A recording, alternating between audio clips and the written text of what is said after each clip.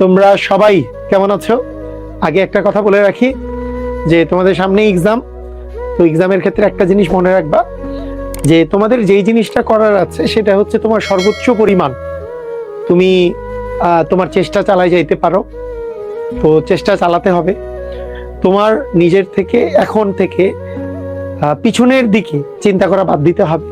সামনে যেটা আছে সেটা নিয়ে চিন্তা করতে হবে যে আল্লাহ যদি তোমার সহায় হন, তো তুমি তোমার উপরে যদি সহায় থাকেন তাহলে ইনশাল্লাহ তুমি ভালো জায়গায় চান্স পাবা।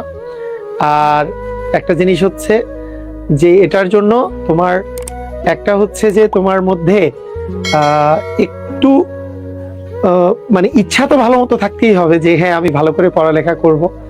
তারপরে তোমার ভাগ্যের উপরও বিশ্বাস রাখতে হবে। প্লাস হচ্ছে আরেকটা কথা বলে রাখি, সেটা হচ্ছে যে সবসময় ফরওয়ার্ড দিকে চিন্তা করার একটা মন মানসিকতা থাকতে হবে যে হ্যাঁ পিছনে এই জায়গায় চান্স পাই নাই, চান্স পেলে কি হবে না পেলে কি হবে না, সামনেরটার জন্য আমি সর্বোচ্চ ট্রাই করবো, আমার হাতে আছে সর্বোচ্চ ট্রাই করা। এরপরে যদি মনে করো সর্বোচ্চ ট্রাই করেও তুমি যদি কোনো জায়গায় চান্স না পাও, হতেই পারে।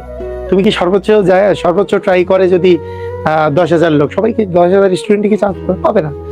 কিন্তু তুমি যে সর্বোচ্চ ট্রাইটা করলা, এর ফলে তুমি জীবন যুদ্ধে তুমি পরাজিত হবে না। জীবন যুদ্ধ মানে কি? তোমার কি জীবনে খালি এই ভর্তি পরীক্ষায় না, তো তোমার সামনে আরো বড় বড় কত কি জিনিস আছে। তুমি দেখবা যে তুমি এমনও হবে যে যে বুয়েটে চান্স পেয়েছে, যে মেডিকেলে চান্স পেয়েছে, তার চেয়েও তোমাদের মধ্যে থেকে অনেকজন তাদের চেয়ে অনেক বেটার করবে। তো ওই যে অনেক যে বেটার করবে, এটার জন্য অবশ্যই পরিশ্রমের দরকার আছে, পরিশ্রম করতে শেখার দরকার আছে। তোমরা এখন থেকে পরিশ্রম করতে শিখো, তাহলে তোমরা ভালো করবা। বুঝতে পারছো? আমি জানি তোমাদের উপর প্রেশার অনেক, আমি তোমাদের প্রেশার ফিল করতে পারি। এই সময়টাতে তোমাদেরকে যতই বলি তোমরা অনেক প্রেশারই থাকো, কিন্তু মনে রাখো প্রেশার আস্তে আস্তে রিলিফ করার চেষ্টা করো। জীবনে অনেক ইনসিডেন্টের মধ্যে একটা ইনসিডেন্ট হচ্ছে তোমার ভর্তি পরীক্ষা চান্স পাওয়া না পাওয়া, অনেক ইনসিডেন্টের মধ্যে একটা। এটাই জীবনে সবকিছু না, তাই না? তুমি বড় বড় অনেকদেরকেই দেখবা যে অনেকেই আছে, তবে চান্স পেলে জীবনটা স্মুথ হতে পারে, কিন্তু চান্স না পেলে তুমি ওদের চেয়েও বড় হতে পারো। হ্যাঁ, এত টেনশন করার কিছু নয়। আল্লাহ যেটা রাখছে ভাগ্যের মধ্যে, ভাগ্যকে মেনে নিবা। এবং সবচেয়ে বড় কথা যে সামনের দিকে তাকাবা, সামনের দিকে আগায় যাবা।